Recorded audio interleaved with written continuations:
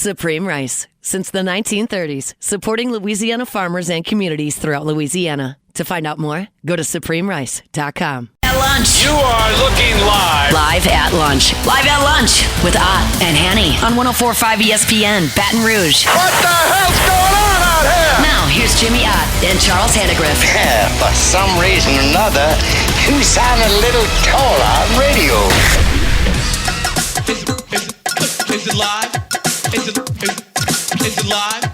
Is it live? From Dozy Place on Government Street in Mid-City, welcome to the Tuesday edition Live at Lunch, 104.5 ESPN Baton Rouge. Charles Hannegriff, Jimmy Ott, Max Gotro, Jordan Kitchens in the studio, Andy Isco from Vegas with us, Greg Bowser in hour number 2 to talk LSU football. We do first class, second class, no class on Tuesdays. And we get a really good lunch here in the Crown Town room at Dozy Place. Come by and see us for lunch. Jimmy, good morning. Good morning, sir. Did you I know you watched last night the Monday Night Football games. Man, I felt like the whole night I was trying to get a competitive game. The Jets, God bless them, I guess tried a little bit. The Bengals seemed out of it from jump. I was trying to coax a good game out of. Actually, they took the lead.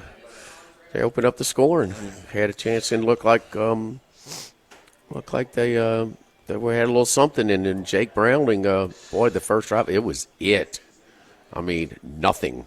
And I'll backtrack on what I said, that he might be the best backup in the NFL. He's not close. And this is 3 games in a row now. Even the game they won against Jacksonville, how many, threw 2 or 3 interceptions? Yeah, they've been under 200 yards total offense in 3 of the 4 games, and he's quarterbacked 2 of them. So, and he that's a really good defense last night, but he had still. a very good run 2 years ago. Yeah, he was. I mean, they were winning games. They were. He.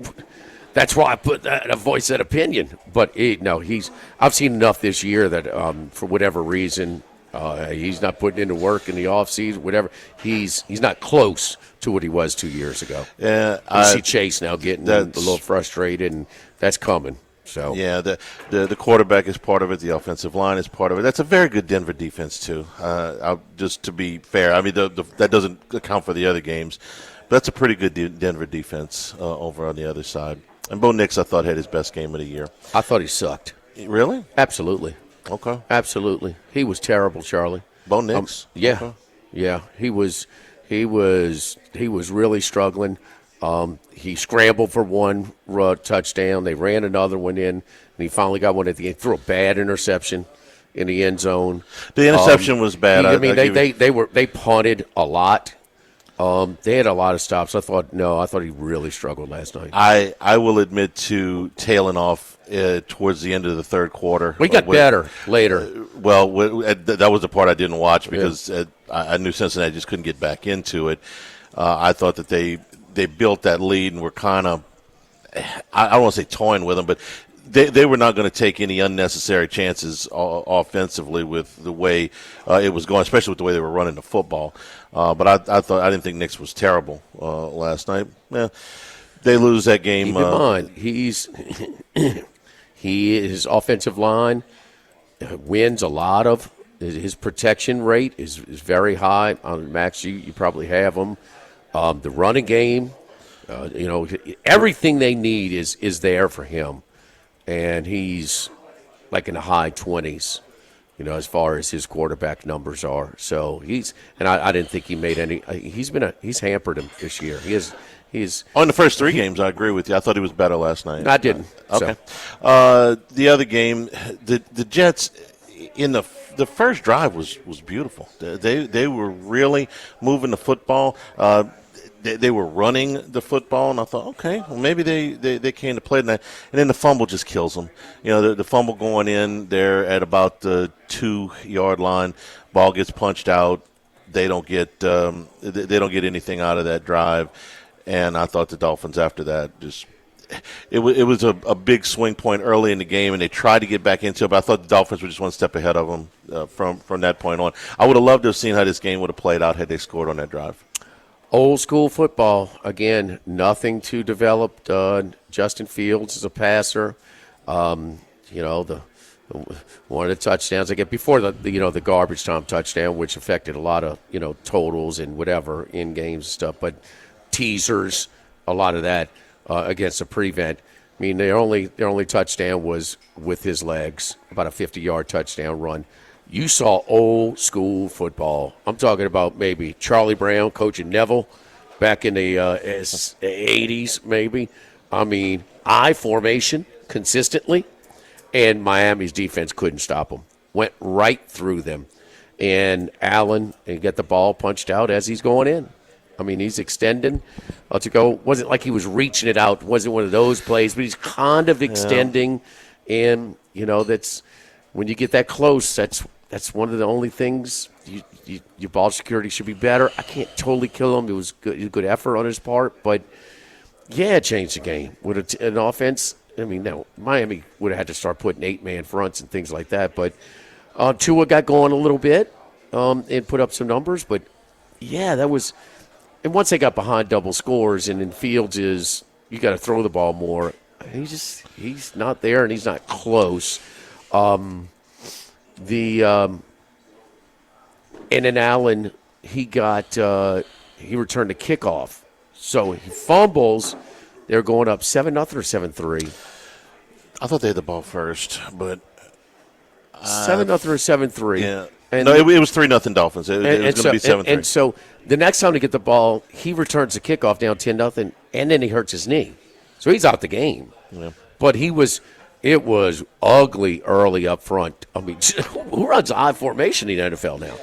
That tells you where they are right now. There's not very many fullbacks left in the NFL. I mean, what are you competing for? Trying to – does Justin Fields throw a bad ball? That's not it. He could throw the ball, but processing's comfortable in the another one of these athletic quarterbacks he has not developed one bit since he's entered the league.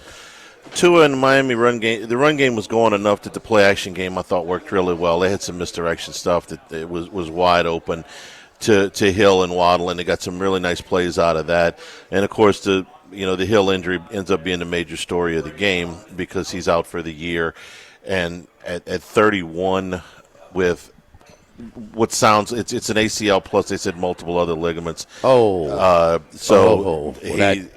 today. What's that? Dislocated knee, ACL, MCL. It looks like a total whole smash. You say, multiple ligament repair and a dislocated knee? That's how I read it, right? It's just you're talking about question mark this time next year. No, that's what they said. His 26th season is very much in jeopardy. Yeah. Officially,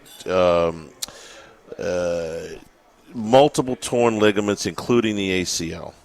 Yeah, so it sounds multiple like, ligament repairs. You can tack on 3 months and tack on about 50% more pain too. And he's 31 years old with a game that is predicated on speed. So it's going to be a long trick back for Tyreek Hill.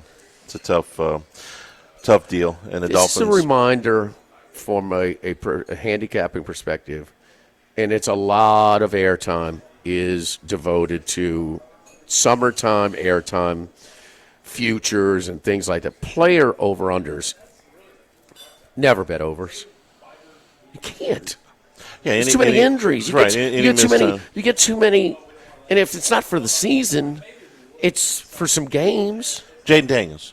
The two games probably cost you whatever if you bet an over total on touchdowns or that's yardage. That's going to affect it. Yeah. But, I mean, God's lost for that's automatic losses. So how many are just you got no chance to cash your bet? I mean, it's a lot. It's a lot. I'm talking about whether it's a whole season or like 4 games, 6 games, 8 games, whatever it is that you have no chance of getting those totals. Don't stay away from them. Wouldn't you think that for a quarterback like Jaden Daniels, just to use him, 2 games is enough to make it in serious jeopardy? Maybe. I mean, that's I don't 500 and 500 to 600 yards worth of passing. I think they're baked in a little bit to maybe 1 or 2, Charlie. Okay. I think they kind of tease you a little bit because I hear people, oh, man, you telling me he can't have 85 yards a game? Well, that's if he plays 17. Right. I mean, that's a big if. And if it's not baked in for an injury, What about a guy like Lamar Jackson last year? They got it clinched in Week 17. He doesn't play in Week 17, not because he's hurt.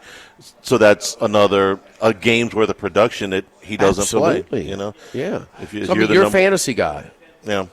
I mean, how many of the top 50 fantasy players would you say play a full season?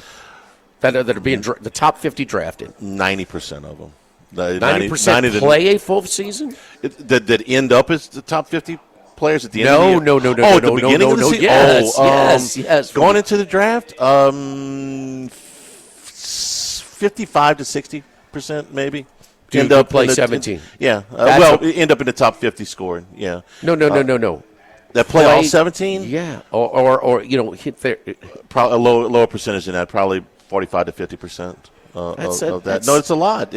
It's why I'm not going to get on a fantasy football thing, but at the end of the season, the championship teams, and I've won some of these leagues, you end up with probably 2 or 3 guys in your lineup that nobody drafted. No, either you're good at it or you're playing with some really dead money. Okay, because you cash on a regular basis. Max too. No, okay, I grant you that. You end up with. I'll give you an example. Last year, and I went to the finals. Tyrone Tracy was my running back for the Giants. Okay, in my Super Bowl. Okay, nobody drafted him. I picked him up. Had a scatterboo to start the season. Okay. Yes. Okay. Yeah, he had a very nice year last year for somebody who wasn't drafted. Right. That's an example of what you deal with in that. So Survivor, what should it tell us? Which I say about this. Well, if it's the injuries, Max. I mean, what do you should learn? To me, it's pretty clear. I know what I think. Okay, well, tell me, because I think if you've got outside of the Christmas and Thanksgiving week things where you got to save, I think you take the situations when you get them. We had a choice with Buffalo the last 2 weeks. Do you take them or not take them? Okay, so we take them. You say, don't you want to save Buffalo for later in the year? Well, what if Josh Allen gets hurt? 100%. Yeah. So, well, just not that. It's year to year, but injuries. I mean, Cincinnati.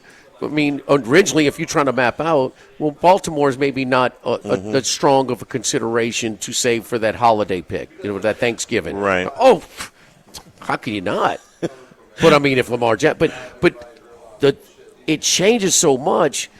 There's going to be some teams that we think early in the season that are going to be way better and way worse. And the Bengals are the biggest example of and that. That's the biggest thing. We see this with the team win totals, right? None of them come within a half game of what their total is, right? So if you're 8.5 win total, you're probably going to win with 7 or less or 10 or more, just because there's going to be some injuries that we didn't project before the season started. Max decided to vote. What did you think of Nick's play last night? Wasn't great. I was more in tune with the Jets-Dolphins game. I had them both on, but I was more watching that game. But Nick's just doesn't impress me. He never really has. He was good last year in his rookie season. He's struggling right now, Charlie. Yeah. Maybe my expectations had lowered so much watching the first 3 games, especially the first game, which we watched from start to finish. I thought he was better. Well, he's not. Maybe I'm over-exaggerating it a little bit. Play calling tells me, and part of it is, they didn't fear Cincinnati moving the ball. Well, Cincinnati's best drive was right out the chute. Mm-hmm. They got in a red zone and looked like they were going in. He looked much better. I don't know if it's scripted plays, not sure, but it was downhill after that. But Peyton's play calling does not have the confidence in him that they had like mid-season on last year. For a player with a lack of arm strength and that offense, ball placement is paramount, and his ball placement is not good enough. It's never been great. It's never been great. But you could see as the season unfolded, he had – shoot, man, he makes a throw right out the chute the first drive of the game against Buffalo in a playoff game. Hit it over the top. They didn't do very little after that. I remember it was very expensive. Completed 4 balls. Because I had Buffalo in the first half. It was a very expensive. Oh, they still covered in the first half? No, they didn't. Oh, they didn't? No. I'll promise you. I'll show you the ticket. I've got it framed. They covered easily. The game, not the first half. They covered easily. Take my word for it. I was listening to you guys at the Bow. I was on my way to Tuscaloosa. Yeah, they didn't. They didn't get there. Bo Nick's 4 of 11 on balls, 10 or more air yards. So that was one weekend though where I do the unders. And they were profitable. The first week of the playoffs. It's the first day of the MLB playoffs. I'm saying it before it happens. Just Under. All the aces are throwing in the next 2 days? For the most part. Yeah. Yeah, schoolable. Yes, indeed. Don't forget, we'll come on by and see us over here at Dozy Place, and we got a great lunch special that a lot of these menu items are not available on the nightly menu. I had a lot of people say they a lot of people tell me they came by recently over here at Dozy Place. It's a casual steakhouse. You can get a great hand-cut steak and cooked to just the right temperature for different sides, including the hand-cut fries, which are outstanding. But, man, it's our lunch menu that's available Monday through Friday, 11 a.m. to 2 p.m. That serves different sandwiches, club sandwiches, the steak burger. But dress it up how you want. Max, what did you get on yours last time? A Nashville hot. That's what I go with. You had a burger. I thought you dressed up. Oh, yeah, burger with like bacon and grilled onions, barbecue. It's really good. That's what I'm asking. Yeah, sorry. All right, the chicken burgers. Sandwich. Yeah. I like to get the blackened chicken sandwiches. Man, they got a really good aioli they put on that. Max he loves the hot chicken sandwich, fried and dipped in Nashville hot style butter with the pickles and ranch aioli and a buttery brioche bun. Po' boy, seafood po' boy, zabri po' boy, meatball po' boy, the black and blue steak po' boy, different salads and plate lunches like spaghetti meatballs, hamburger steak, fried catfish platter, and a country fried steak as big as a jumbo Frisbee. Yes. At Doe's. Complete the plate. Doesn't taste like a Frisbee. It's as big as a Frisbee. Live at Doe's, live at lunch, 104.5 ESPN Baton Rouge.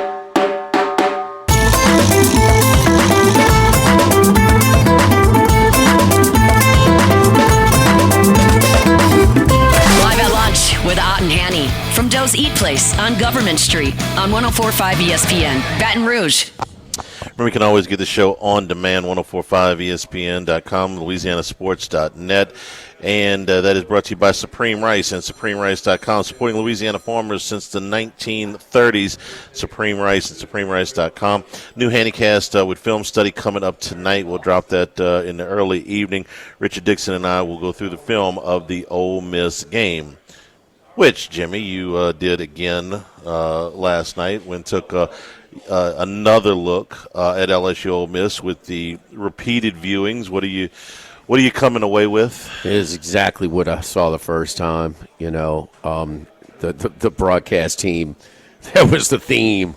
They just couldn't believe that they were dropping so many guys in coverage and rushing so few, and still LSU having protection issues. They talked about the running game.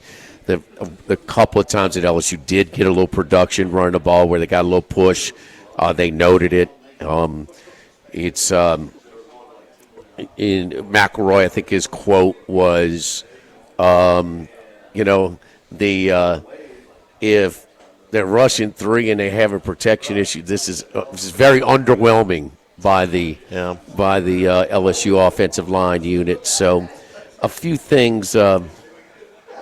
It's what I and Charlie, they rushed 5 on LSU's first drive. Was it one of their first drives where who's the receiver, 0-1, that had to wait on the ball, but they still completed it.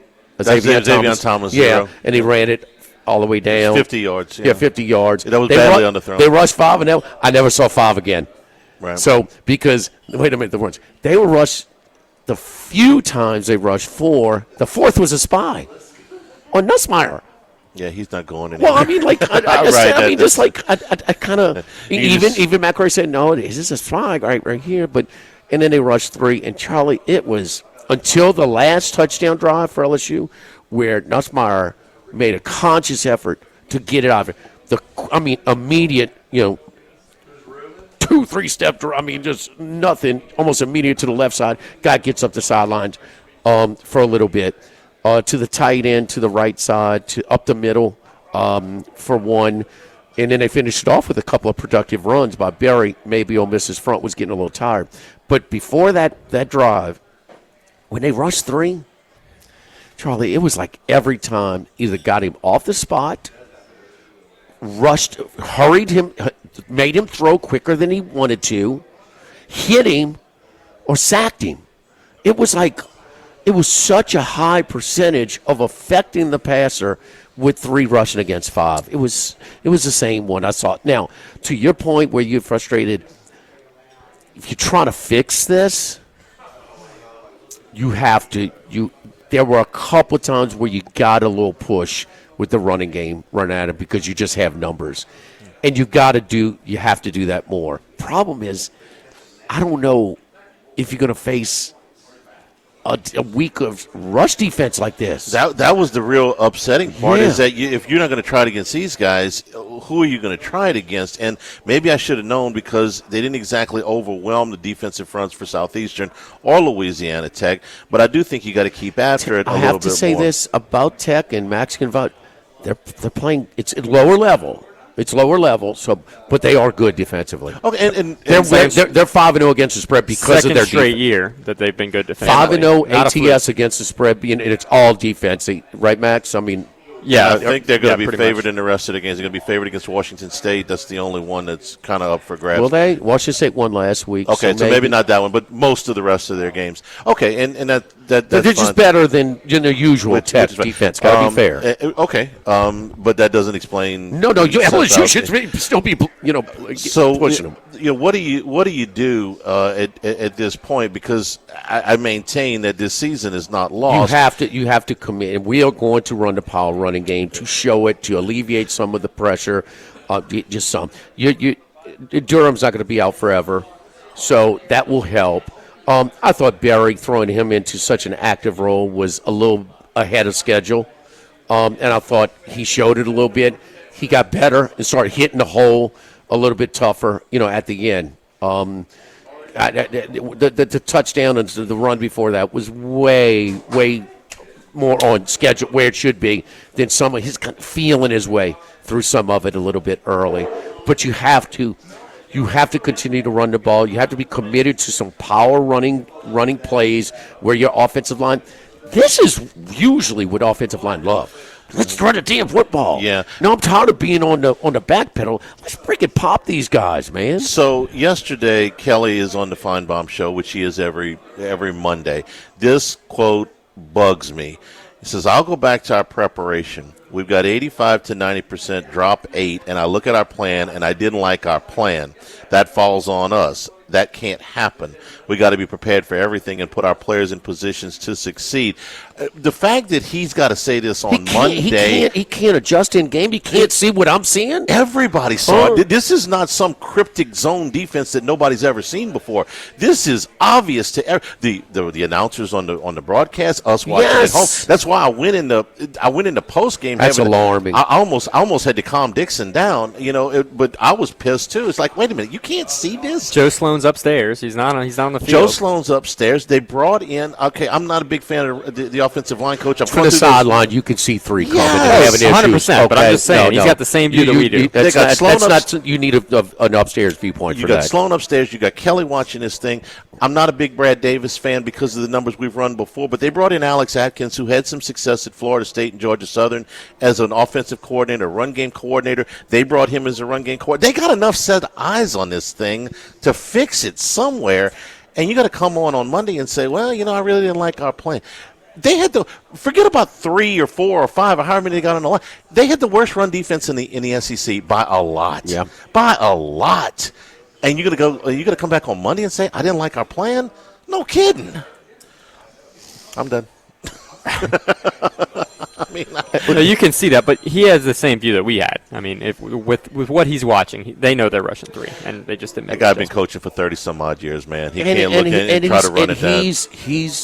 His strength, as far as his X's and O's, was his offense. The offensive side of the ball. Devising offenses, getting guys like Ian Book to be very productive college quarterbacks. I know you're not playing Purdue, Stanford, and Navy every year. Yeah. Okay, but I mean, you can't just give up on the This run. was his expertise. Yeah.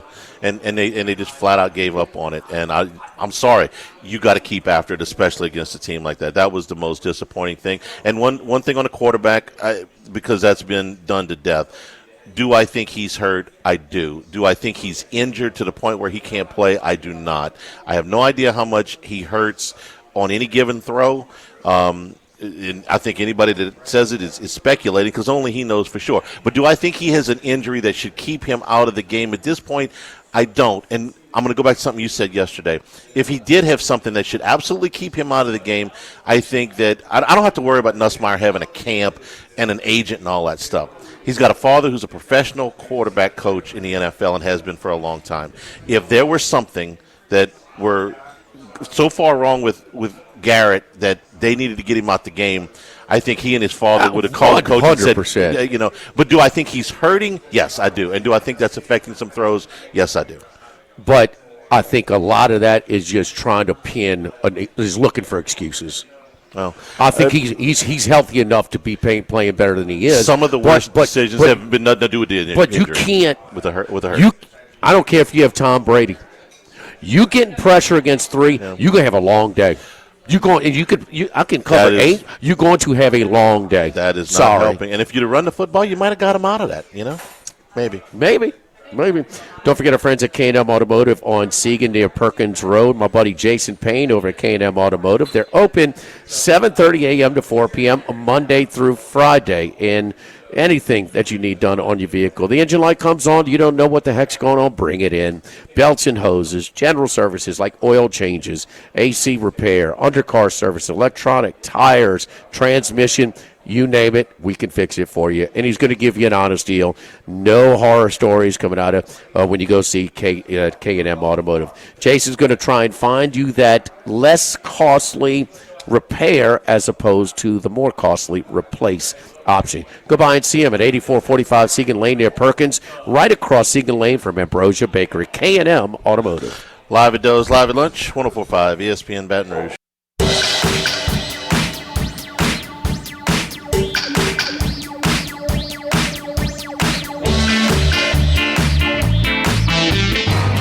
Heading out to Las Vegas, deep in the desert, lives one man. One man of many sports bets. The one and only Andy Isco. Andy, nice job again on the picks on Sunday, buddy. Especially the Denver Broncos last night. That was a rocking chair cover. Yeah, we don't get too many of those. I'm still trying to figure out what happened Sunday night between the Cowboys and Packers when the Packers win the overtime toss and decide to defer. Made no sense. So they want to see what the result is of the first drive. I understand that, but this is not college football where both teams get an opportunity. Consider the following situation. Green Bay goes 3 and out.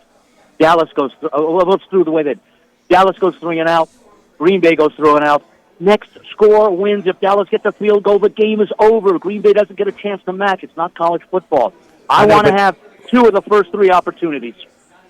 But Andy, if Dallas punts the first one and the next score wins it, I think there's a little bit of strategy to it. I think there's some value put on the third possession, but that's more in the Super Bowl where Schottenheimer, because at the end of two possessions, a lot of times that thing's over. You know, that's why the third possession is key, because if you don't score on the first 2 possessions, you've got about 3 minutes to go to get the next score. I'd rather have 2 opportunities. Yeah, of course you want to know what the opponent does, but what if you go down there and score the touchdown first? Doesn't mean anything. You score a touchdown first, you get another possession to try and match a touchdown, and you know that takes the guesswork out of the fourth down. Yeah. It's just something that mathematically did not seem to make sense to me. I think it's an interesting call. I did not like the Green Bay's ultra patient, actually slow approach, because game flow tells you it's a 40-37 game at that time. They're not stopping you. You cannot shortchange yourself of downs. They ran out of time. And that's a poor decision. I understand if you get a field goal, but this is an offensive game. You want to lose the game with your offense on the field, not settle for a tie. No, that's why. If this game was 13-13, then I'd want to see what the other team does so that I know what I need to do, because there hasn't been much scoring. But they had 40 points on the board, each team. It was 74, So, 37-37 entering overtime, yeah. Right, okay, yeah. So you figure that the team with the ball first is going to have a good chance of winning because they've been scoring all night. Yeah. So you see what Schottenheimer did, Charlie. He went first in the Super Bowl. Well, had he gone second, had he deferred, well, he wouldn't have kicked the field goal on fourth down. Yeah. Yeah. I mean, they settled for a field goal, and Kansas City, scored a touchdown. ESPN asked 9 analytics departments on NFL teams. They were perfectly split. 3 leaned first possession, but depends on matchup factors. 3 leaned second possession, but matchup factors matter. 1 of each said always first or always second, and 1 said a true 50-50 situation. So they are split. The NFL teams don't know. They have different approaches to this. I'm kind of in a Super Bowl though. When you don't have the 10 minutes is over. I mean, I've got to take I've got to defer. Yeah, I got to defer to take the guesswork out of. I mean, there's a chance they can run it down even further, like to about it could be an 8-minute drive, and then you have a short possession. The team that has it first has the ability, if the things work out, to basically take 8 or 9 minutes to do that drive, get the field goal or the touchdown, and then leave basically no time on the clock for the team that is seeing the ball for the first time in the overtime.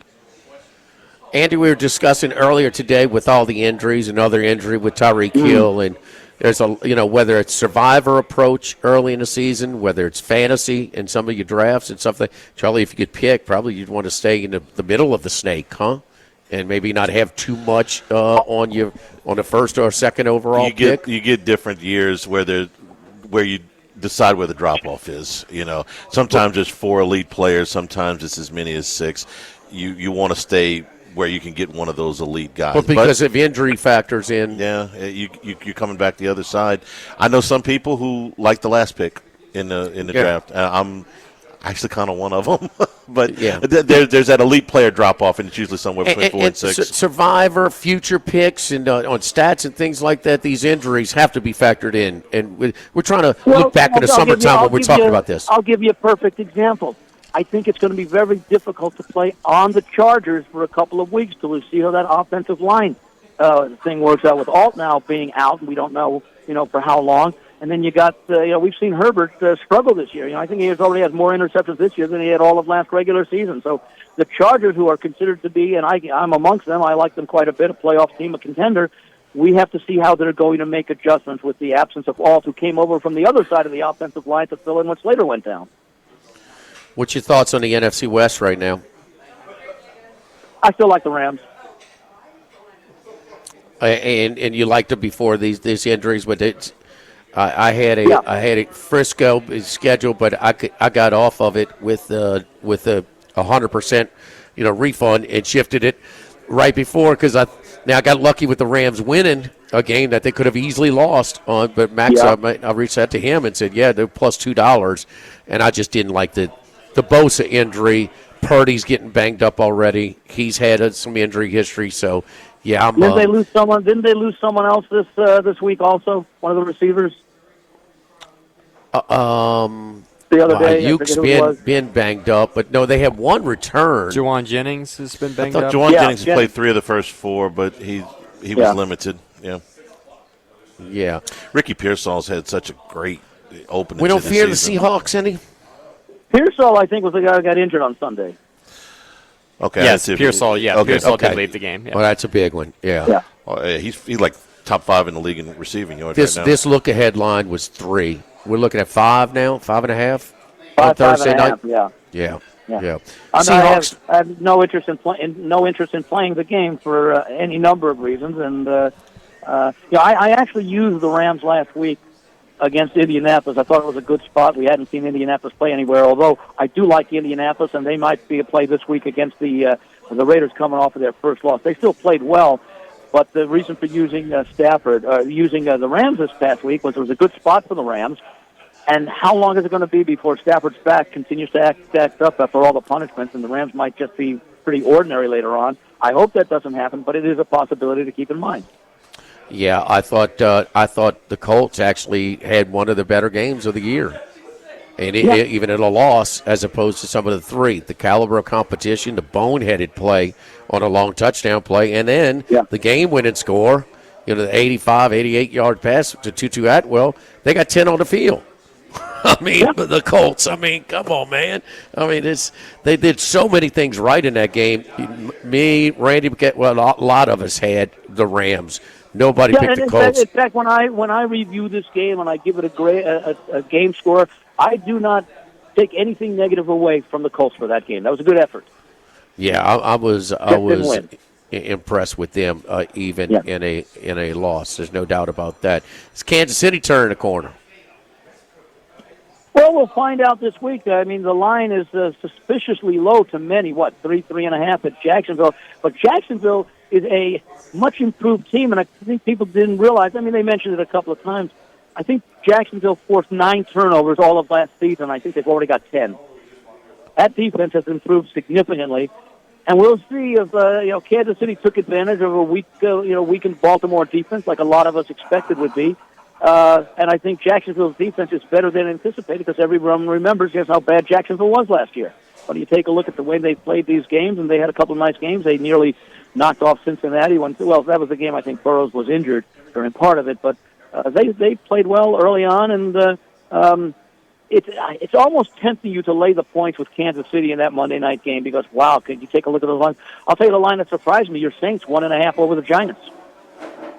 Giants without Malik Neighbors. I mean, what did they throw for Sunday? Which quarter did he go down? Second quarter?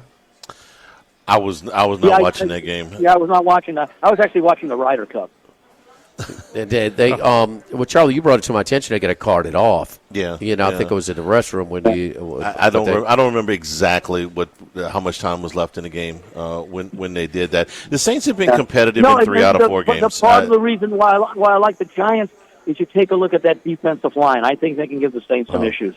That's why I like the under. I think both offenses have poor matchups in this game.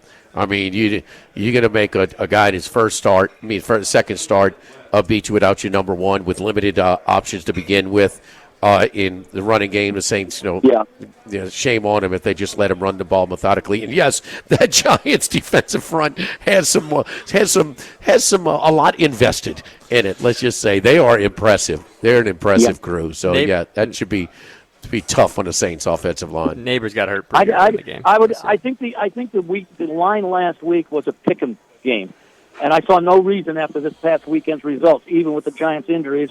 But look at the Saints and all that, and they did give Buffalo. In fact, they had a lead before they took that touchdown away, if I remember correctly. They ended up settling for a field goal when there was that would have been 22-20 or whatever it would have been that gave them the lead, but. I would have made this game a pick 'em right now. Andy, getting back to the Jaguars a little bit, Lawrence, he's been a topic of discussion a lot for us. Yeah. What's your thoughts on him right now? I'm not impressed. I think he's still struggling. He's not shown much improvement, and he's healthy right now. Etienne has had a nice little start to his season, so maybe that takes a little bit of pressure off. But Cohn has clearly made a difference as coach. They've tried to do a little bit more things offensively than they had been able to or been tried to do in the past. But I do like this Jacksonville team. In fact, I think before the season started, I actually picked them over Houston to win the division. I was uncertain about Indianapolis, and right now, if I probably I think it could very well be Indianapolis, Jacksonville, the top 2 teams. Yeah, Houston won 26-0 the other night the other day against a team that was also 0-3, but that was 6-0 going into the fourth quarter. That didn't impress me. Yeah, Houston's wide receiver injuries has limited them, and Tennessee, their coach is bad, and that's the only kicker. He's not getting them blocked; he's just missing them. Left and right. And 41 and 43, huh? Yeah, I mean that's what 85% in the NFL today that aren't blocked. Yeah. So, give me one team that's not in the lead in the division to win the division. Let's see. Yeah, I think we're going to see Pittsburgh improve throughout the season defensively, but that's not I don't know if I can find one right now. I'm trying to think. I think Pittsburgh's interesting. I mean, Baltimore's got problems. I mean, let's face it. I mean, they got a lot of injuries. However, also keep in mind the schedule that Baltimore has played the first 4 weeks of the season. It gets significantly easier after another couple of weeks. Good point. Good point. No doubt about it. Follow Andy on Twitter at VegasAndy711. How about Andy? We made it through October. We made it to October on the Survivor, huh? Okay. So yeah, four down, 16 to go. And I had and two of my 4 wins were fortunate with the Cowboys against the Giants. They should not have won that game. And then, of course, the Rams. The Denver game first week against Tennessee was. Well, I can tell you that Charlie's behavior in the sportsbook has been much improved after that rough first week. So he's been very calm as of the last 3 weeks. He's been allowed back. Yes. Gets a lot harder starting this week. He's not been given two Sunday probations or anything. Thank you, Andy. We will talk to you on Sunday, Football Sunday, with some more outstanding picks. Guys. Don't forget our friends at Legacy Title. Chad Reynolds, Legacy Title for all of your real estate closings. 296-0060, full-service title company servicing all of South Louisiana. Fast, friendly, professional service, what you get when you contact Ashley Donald, Mariana Haynes, Adrian Galata, Michael Platt, Natalie, and Bradford Smith. Buying, building, refinancing. Nobody chooses but you. Choose Chad Reynolds and Legacy Title. Live at Doe's, live at lunch, 104.5 ESPN Baton Rouge.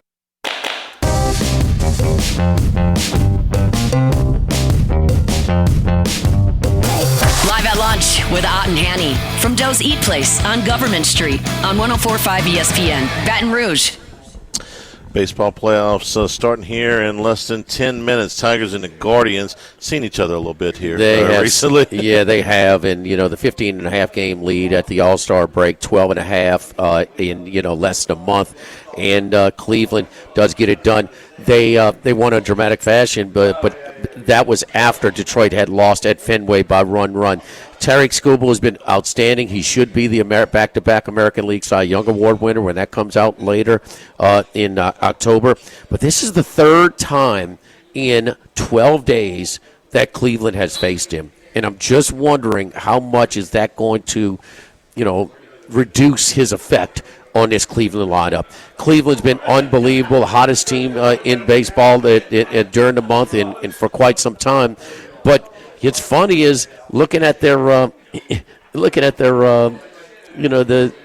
their win-loss. They have a negative difference in run differential for the season, -6. They have found ways to win by just outslugging people. Charlie, I wanted to pass along a sad note as well. One of our long-time listeners, Mr. Les Gatz, passed away peacefully just yesterday. So we wanted to pass that along. A lot of us listening and friends know my buddy Michael Gatz. Gatz played in a foursome down at Fallen Oaks. Oh, yeah. So with our prayers and best wishes, condolences with Michael Gatz and his family, the passing of the father, Les Gatz, a long-time listener of our work here on the show. We certainly do pass those thoughts along to Michael and to his family. I had more good shots than Gatz, Max.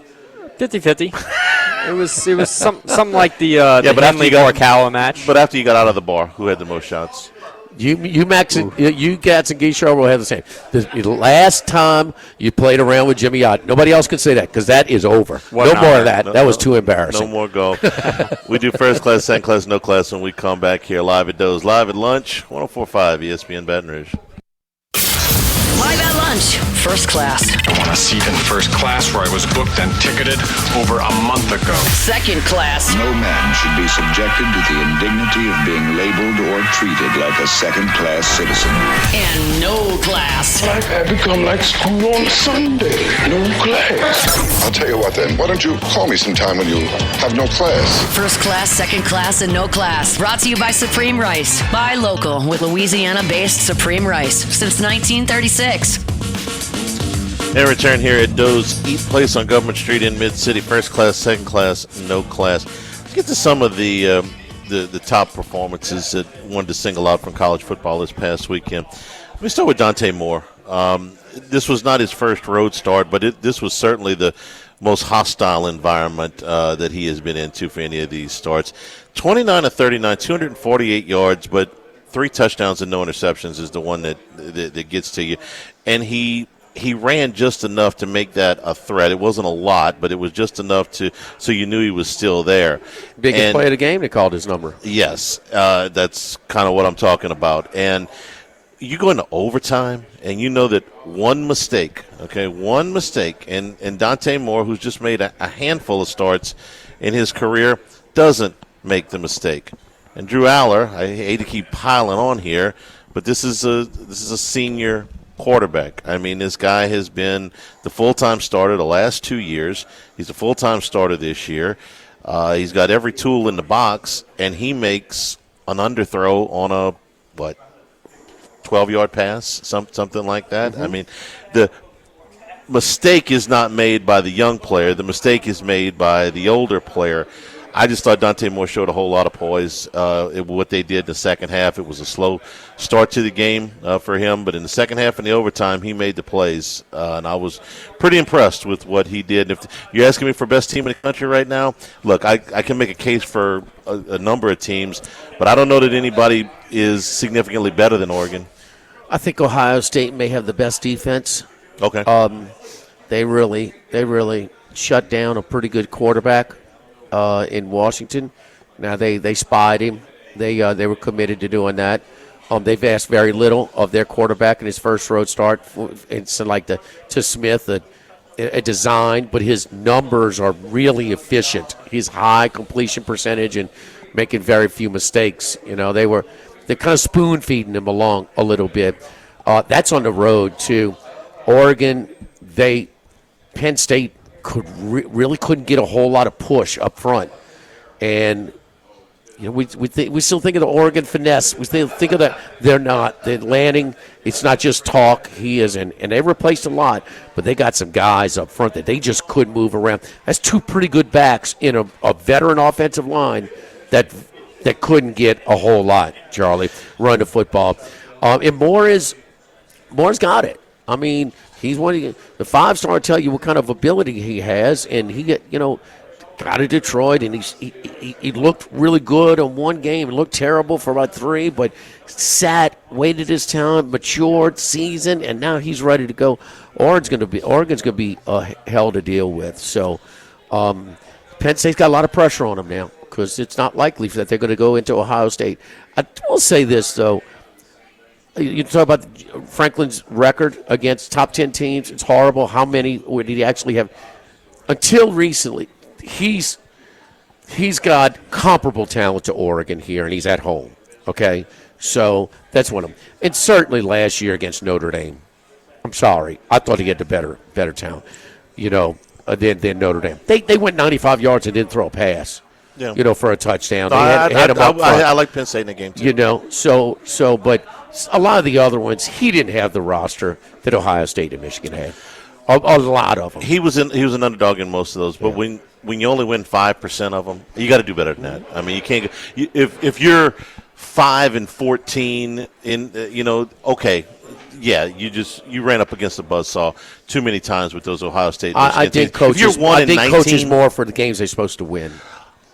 Okay, but 1-19 is hard to defend. But I'll give you they were underdogs in most of those games. Diego Pavia, first class, easy to overlook the last non-conference game for them with Alabama the following week. Their biggest victory a year ago, maybe the biggest victory in the history of Vanderbilt football. The defense might have been looking ahead, but the offense wasn't. Diego Pavia accounted for 400 yards and 6 touchdowns against Utah State. But we're not going to talk about a game against Utah State. I'm more curious with Diego Pavia, the most influential player maybe that Vanderbilt has ever had, and what's possible. They're 5-0.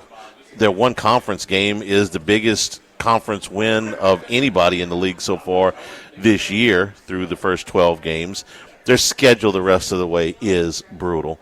5 of the last 7 games that they play are against teams that are currently in the top 20.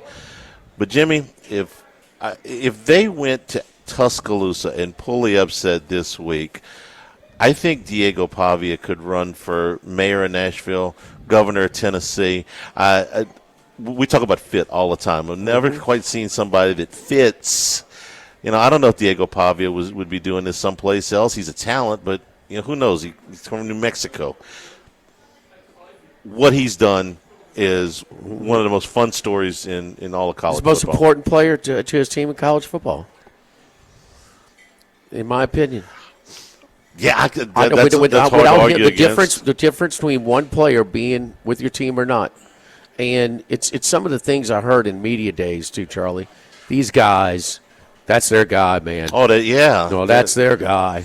That is their guy, and it's not my favorite how he was able to finagle another year of eligibility, but damn, it's Vandy. Let the sun shine on your dog's backside every now and then, Charlie. So I mean, he has lifted them to levels I didn't think were possible. Now, what's going to win out Saturday? Let down spot, as it did last year after an emotional win for Alabama against Georgia, or the revenge spot where they've never had Vandy circled on the schedule, but might have had a little bit of them here. And he got a real hot quarterback going for Alabama too. That may have taken a turn in a road performance against a quality team. I think Alabama's going to win this thing comfortably. I wish I felt differently. I hope. Don't pick with your heart. I hope that I'm wrong. I think that Alabama will win this game comfortably. Javi is third in the country in both QBR and or top 3 in the country in both QBR and EPA. All right, let me my next one, the final one in first class. Let me see if you guys can get this one right. Who leads the nation in passing yards? This guy gets into first class for me. Nation passing yards? Yeah, and it's a power conference. I'm not. Give us a conference. The Big 12. Jalen Daniels? No, I'm not going to give you someone from Florida. It's not Sawyer Robertson. It is Sawyer Robertson. Okay. Sawyer Robertson at Baylor. Yeah, they played Okie State Saturday. Who is averaging? It threw for 393 on Saturday against them. But is averaging 342 yards per game. He has thrown 17 touchdown passes and only 3 interceptions. And I never envisioned that a Baylor team coached by Dave Aranda would be offensively they were last dependent. Year. But this is 2 years in a row now that they've done it. And I don't know if I can't imagine that's his preferred way to fly, but they lose the game against Arizona State on a field goal at the end. They were competitive against Auburn, although they gave away too many rushing yards. I don't know what they look like at the end of the season. I think Aranda probably does enough to keep, to stick around. We'll see. Okay. I mean, so many of those Big 12 games could go either way. Well, all of them can. Baylor, TCU, Baylor, Utah, Baylor, Arizona. Charlie, what in college football doesn't go either way? Oh, I'm glad you asked as we go into second class here. Well, I mean, the Big Ten is certainly segmented top and bottom. But the ACC's got a little depth. The Big 12's got great depth. And the SEC's never had more depth. They haven't. The SEC, this is second class. This is good with a chance to be great, and I'm putting everybody in this boat in the SEC because it really is up for grabs, and I include LSU in that list. Okay, the league has played 12 games so far. What is the average margin of victory in those went through this yesterday, 12 right? games? Well, I got the exact numbers now. Okay. I was giving you an estimate yesterday. The average number is 9 points, but 2 of these kind of skew it. The Vanderbilt win at South Carolina, where Lenora Sellers goes out of the game early at 24, and there was one other 22-point margin. 9 of the 12 games that have been played in the league so far have been decided by 9 points or less, and 8 of them have been by 7 points or less. I can't remember a month into the season where you've said, man, Vanderbilt is at Alabama this week, okay? Alabama is thought of as the top of the league. Vanderbilt is ranked now, but not traditionally, okay? This is a 10-point spread. What is 10.5? What is it usually when Vanderbilt goes to Tuscaloosa? 30. Yeah. Things like that. When Texas went to Vandy last year, that was a 3-point game. We've got so many of these games that come down. And I'll say this for everybody. Everybody's mad about LSU, aggravated with the coach, aggravated with everything. I get it. If you're looking for something, it's like, give me something positive, okay?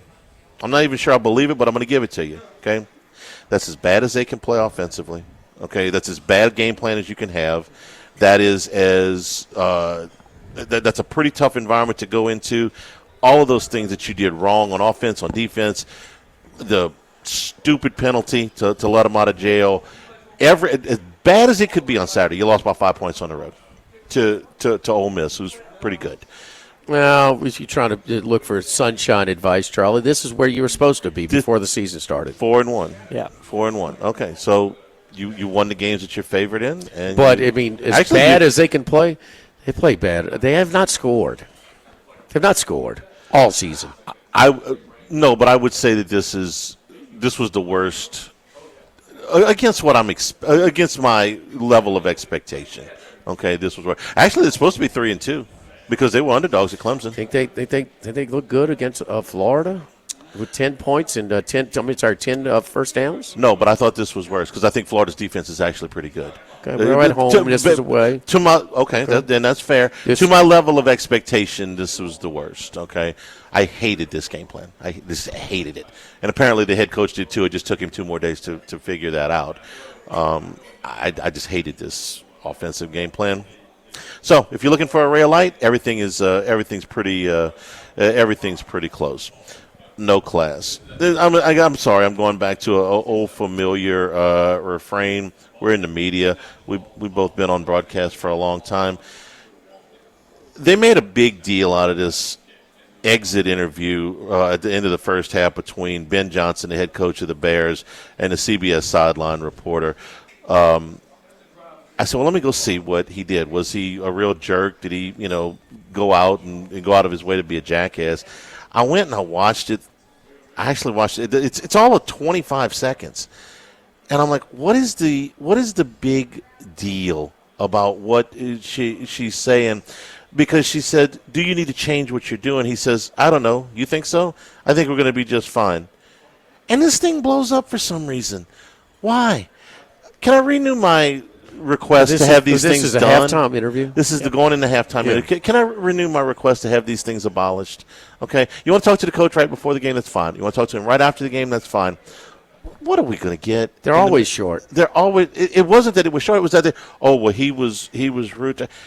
She asked him a question. He answered it. I thought it was lighthearted. He was kind of laughing. He's got some things on his mind going. Where was this reaction posted?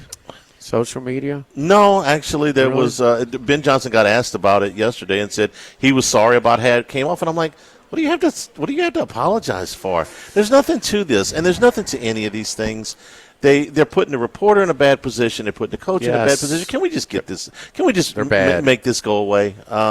Again, before the game is fine, after the game is fine. It's another one that just aggravated me. Low hanging fruit. I get it, but please, can we make this go away? Pick any of the 100 in-game Popovich interviews that you want to compare this to.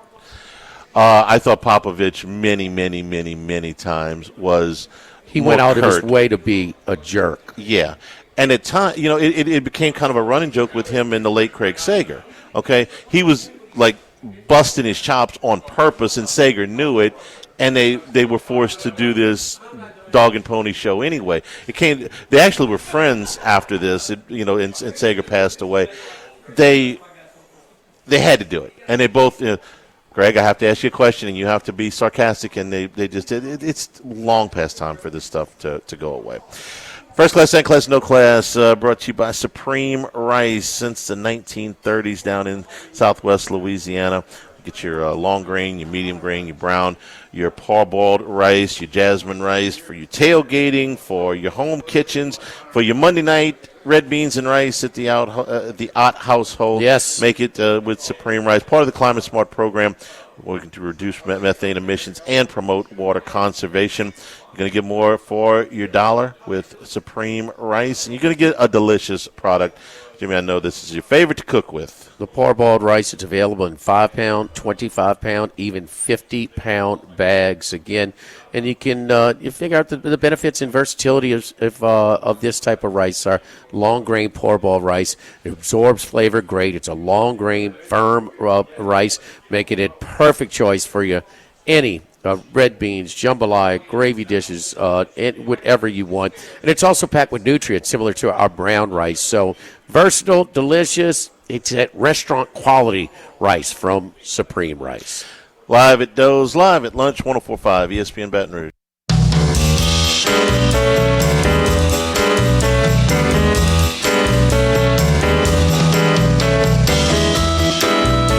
Live at lunch with Ott and Hanny from Doe's Eat Place on Government Street on 104.5 ESPN Baton Rouge.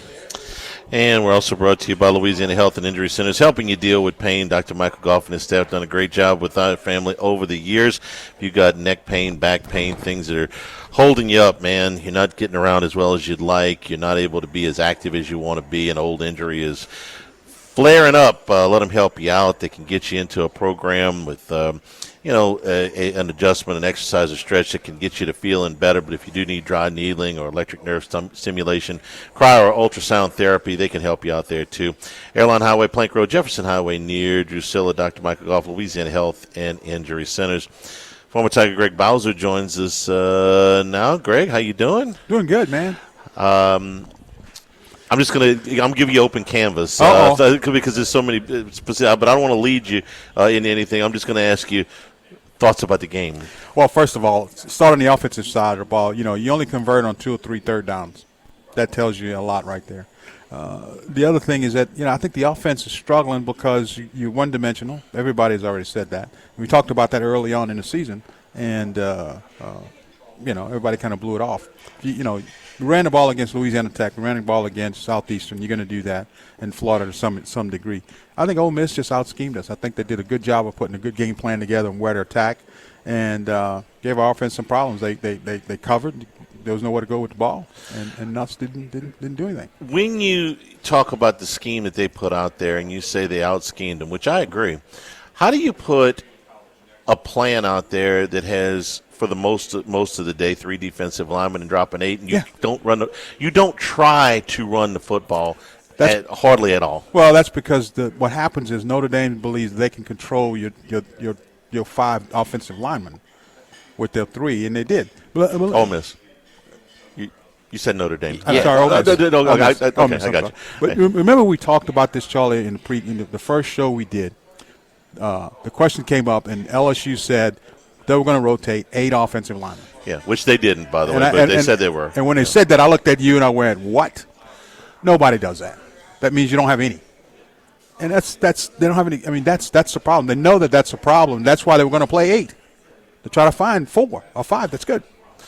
Well, I think they have to settle in on who the guys are going to be and commit to running the ball. They have to commit to running the ball. The 5 that they have, the 5 that they had committed to, for the most part, it was kind of 6. They lost Weston Davis in the pregame, and Karius Kern played this game.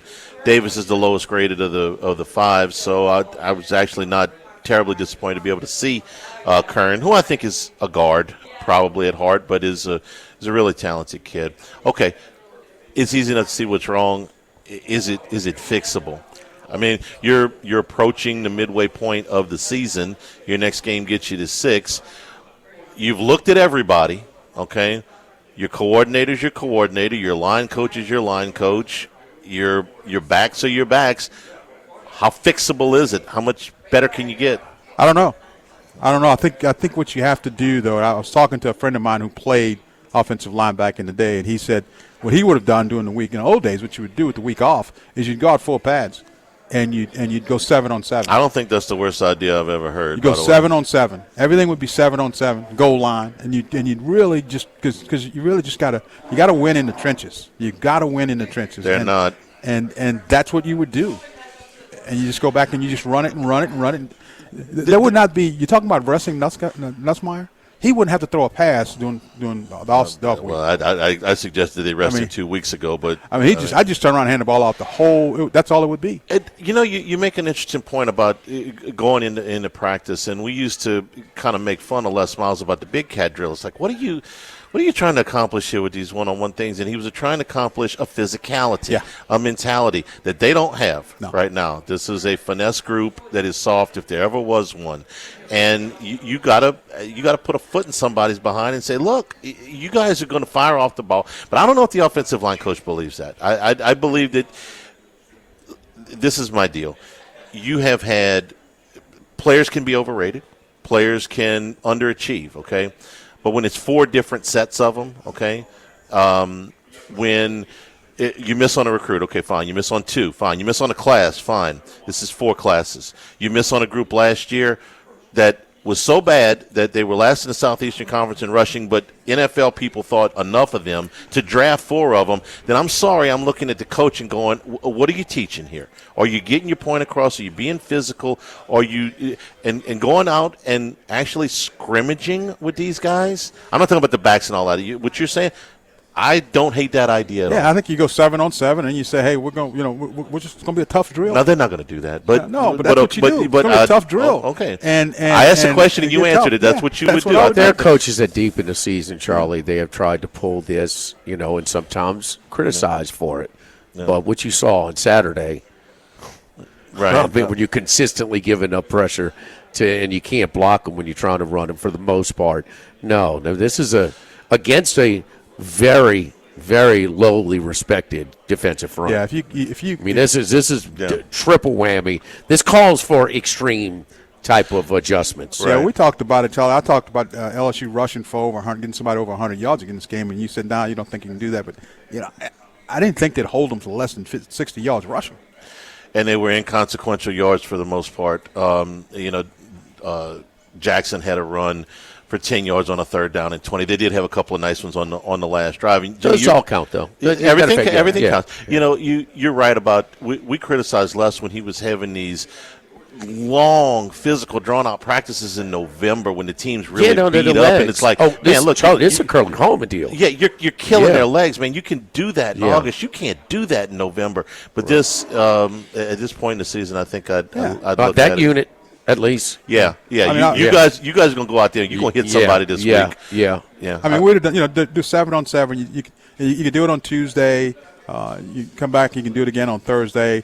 Then give them the weekend off. Take the weekend off, but you got to do it, man. You're a former player. You know anybody you call? You got to get tough. I called him, but nobody answered. Happens a lot to me too. What did you think of the quarterback of Nussmeier? Yeah, I think it looks to me like he's watching the pass rush. He's looking at the pass rush. Only 3 of them. No, but I mean, and the problem is. But they got there. Yeah, that's what I'm saying. He's looking at the pass rush, and he knows that he's got 8 in coverage, so he's got to be selective on where he's going to go with the ball, and he's got to be almost perfect because if you don't, you're going to get picked off. And so I think that's what's happening to him. He's having to read that, and it's not normally you don't get the pressure. If you got dropping 8, I got time. When you look at his throw in motion, I know you weren't a quarterback, but I mean, I think it's fine. Okay, I don't think he's hurt. I've had to other than what you normally would get during the season where you get bumps and bruises. Yeah, I've watched this enough times now. I'm looking at it. I think there are times where he is hurt, where it has affected his mechanics enough to where he's not following through with some things. But I don't think he's injured. I don't think he's injured. I don't think he's injured. Right. I don't think it's to the point where he should be sitting. Probably could use the rest. Yeah. So we'll see if that helps. What about on the defensive side? Look, they gave up a lot of yards. 24 points is reasonable. That's on the road in the SEC against that coach. That's reasonable. But they gave up a lot of yards. But you and I, again, we talked last week, and you said, what do you think about the game? And I said, if LSU has to score 30 points, they're not going to win. You did say that. I think we settled on 27, which was where like if they scored 27, is that enough? Well, it would have been. Yeah. They didn't. They didn't get there. They can't get to 30. Defensively, I think they've got to. We heard a lot about how great this defense is. They went out and spent a lot of money and put a lot of folks together. And I know the coach talked about they gave up 54 plays in the first half. But the first half is not what really killed you. They scored 14 points in the third quarter. Yeah, I think the defense played. Yeah. They played pretty damn good. I mean, Jimmy. You're going against an Ole Miss team that's not. Lane's a great offensive mind, but I mean, he doesn't have, the world beaters you're going to see coming up now. The kind of guys you're going to see coming up the next couple of games. I think you're going to see better offenses in Ole Miss. Yeah, I think you're going to see offenses with better players. Who? South Carolina will be a little better. No, I think Alabama will be better. They might. I think that I think Oklahoma may be better. No, I think not in my book. No, this defense. It's just a shame because this defense is good enough and playing well enough and making plays too. Man, they held Ole Miss to 8 third down stops and then created 2 more turnovers. That's winning football. But Jimmy, we're crediting this defense. That's the thing that gets me is that who did they play? Ole Miss. No, who did they play all season? We're talking about they were so good. You play 2 teams that are going to throw them out. 2 teams we're going to take out. That is fair, but I've seen. And then we've seen what Clemson I've looks seen like them now. do a good. Clemson. Where is Clemson? Where do you think they're going to finish? I mean, they might 8-4. They might finish 8-4. They'll finish 8-4. Yeah. And then and then Florida. I mean, yeah. I've predicted Clemson's record 5 times and been wrong. I think every time. Florida's got real issues. That point is well taken there. And here's Clemson the thing. Here's the thing against Florida. You had 5 interceptions against Florida, 1 pick 6, and you didn't pull away from them. Well, what do you want out of your defense? I'm just telling you. They gave you 5. They're outscoring your offense. I mean, Greg, my eyeballs tell me this defense is pretty damn good. Okay, and they make plays for you on defense. It was a defense that set up the short field and short punt that got you your other field goal. It was an interception that return that had set up your other score. Charlie, you're looking for to be positive. Nussmeier, offense. Last drive of the game was good, real good. The last drive of the game was good. I never got back on the field. And they were worn down. You can't play 86 snaps with thinking. And you've heard of the term complimentary football, right, Greg? Mm-hmm. Okay. What is that when you go 3 and out? Your longest drive in the first half is 5 plays. 5, 3, 4, 3, 3. I mean, I don't care. You play defense. You know you're gonna get worn down playing 86 snaps. And you only converted on 2 or 3 third downs in the whole game. Oh, LSU's offense is not helping out the defense. They're not doing their part on the complimentary aspect of this.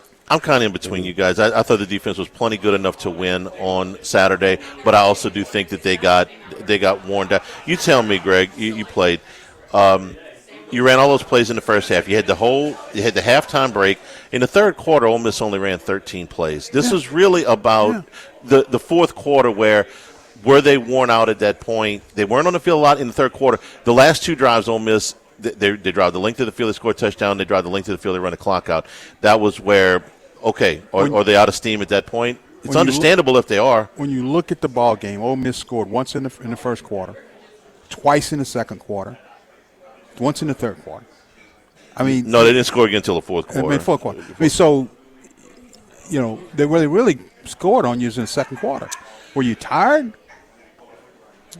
No, at that point they shouldn't have been tired. Right. Not in the second quarter. Yeah. I think the defense is plenty good enough to win with. Okay, are they perfect? No, and that's a pretty good offense over there. I like the quarterback an awful lot, and I thought Kiffin, threw him some things that He did. Lane. The thing about Lane Kiffin is every now and then he'll figure out a way to try to give you the game. He didn't do that this time. No, there wasn't really a crazy. No. There wasn't really a crazy call. No. All right, so you're gonna have him out there. Quarterback. Yeah, the quarterback. Quarterback protects the ball too. Yeah. He's a coach. And then when he needed to play, I mean, he's not looking to run all the time, but when they needed to play 3rd and 10, he could hold on to the ball, called his own number. Wow. And he got it. So kid's good. Yeah, I think good. I didn't realize he was 23, Charlie. Look, that's no question. I knew he was a 5th-year guy. I didn't know he's 23. He's spent some time in college football. So the last thing, this is the psychological part of this to me is very important because they got 6 games left on the schedule that they could win or lose. I really do but believe that. So keeping yourself in mind, season's not over. Okay, your goals are still out in front of you, and usually I'm not for the Pollyanna stuff, but this week I would be that way. I'd be like, hey, look, man, come on. So, anyway. Don't forget our friends at Relief Windows. Relief Windows, doors, siding, and shutters, including the wood windows. If your homeowners association requires wood windows, We've got to go over to Relief Windows. Don't make the mistake like I did and use somebody else for the original construction of your home or any type of replacement windows. Call 288-8138 and get Relief Windows over there. The R-Last Gel Wind windows come with a 20-year general warranty and a lifetime limited warranty against rotten termites, providing years of beauty and minimal maintenance. Relief Windows and reliefwindows.com. Live at Doe's Live at Lunch, 104.5 ESPN Baton Rouge.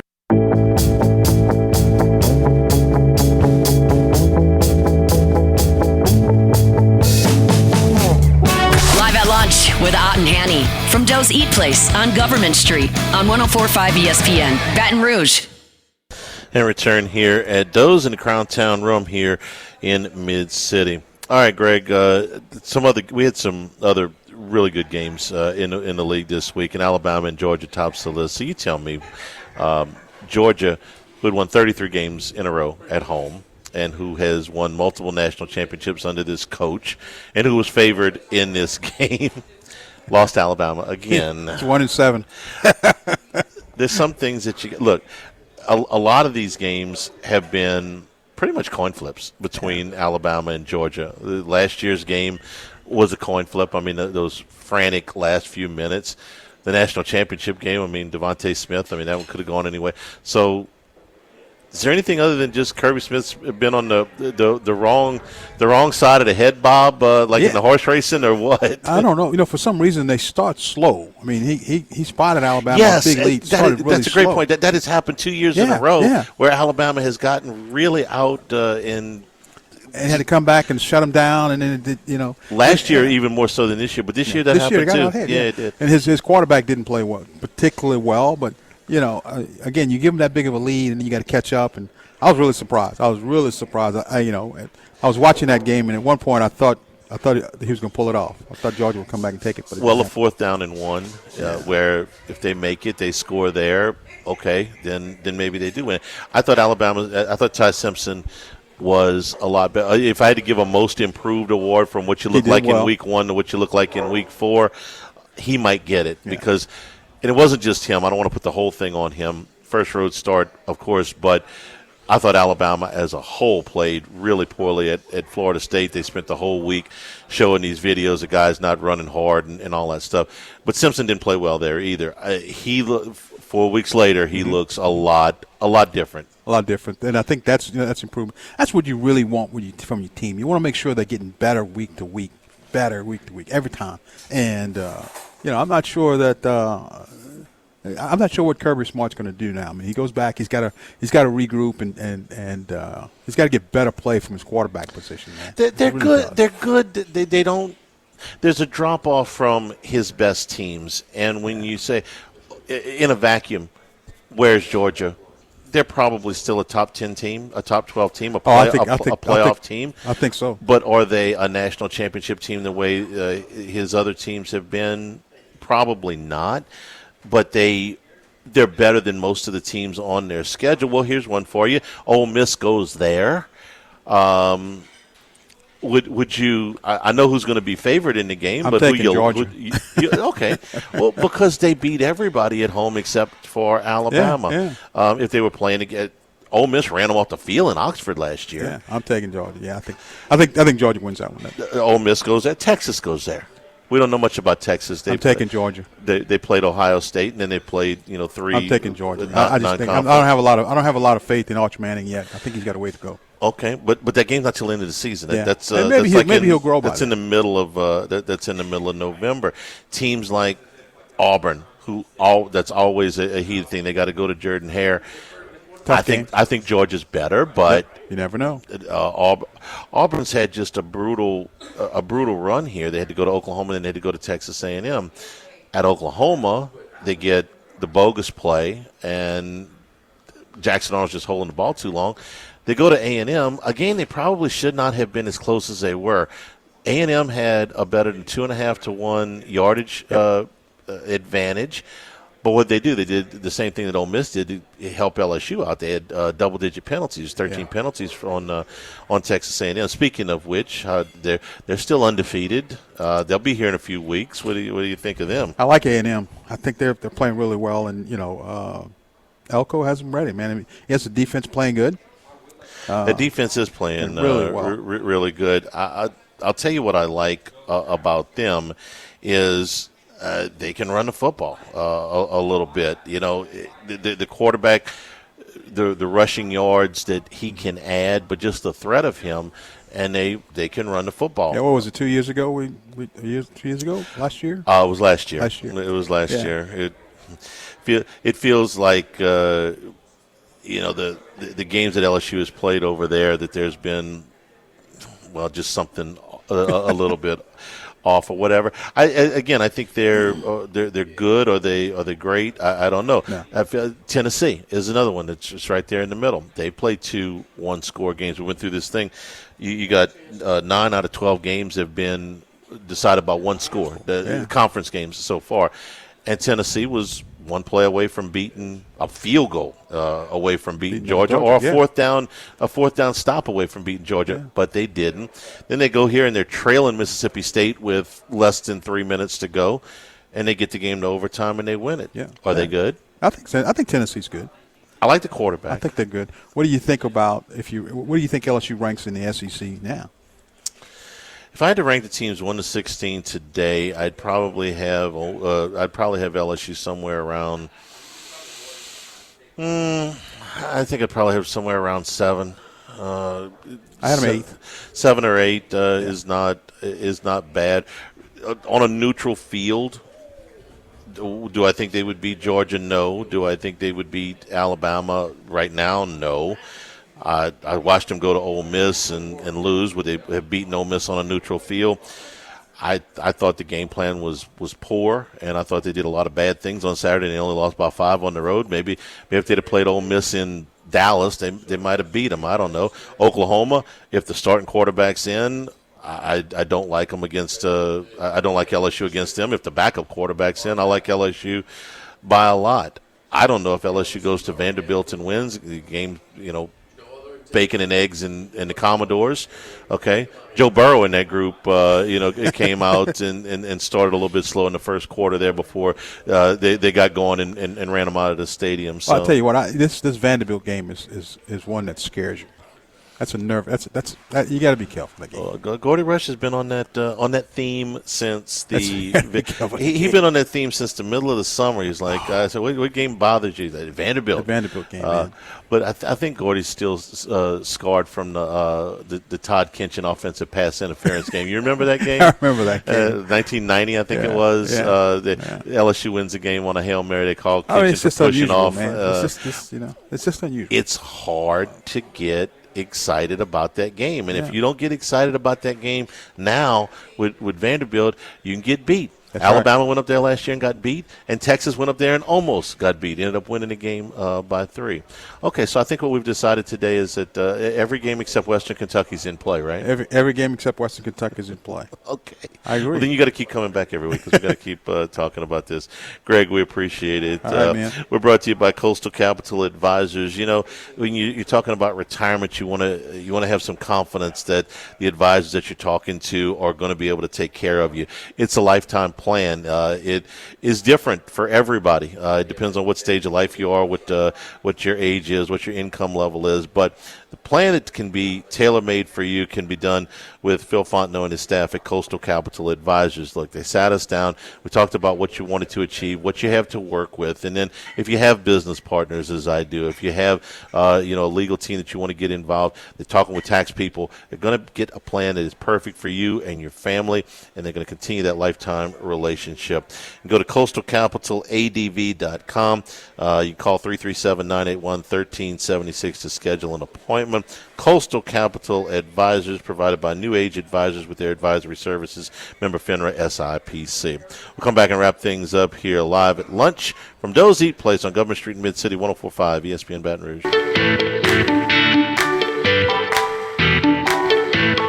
Live at lunch with Ott and Hanny from Doe's Eat Place on Government Street on 104.5 ESPN Baton Rouge.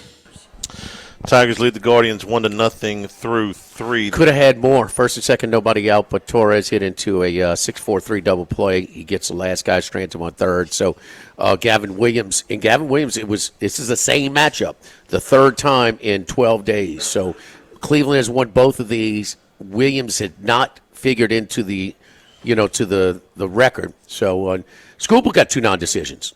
So in this, so anyway, they 1-0, low scoring in the third inning. Jets put Braylon Allen on injured reserve. Sprained MCL. He's going to miss at least a month.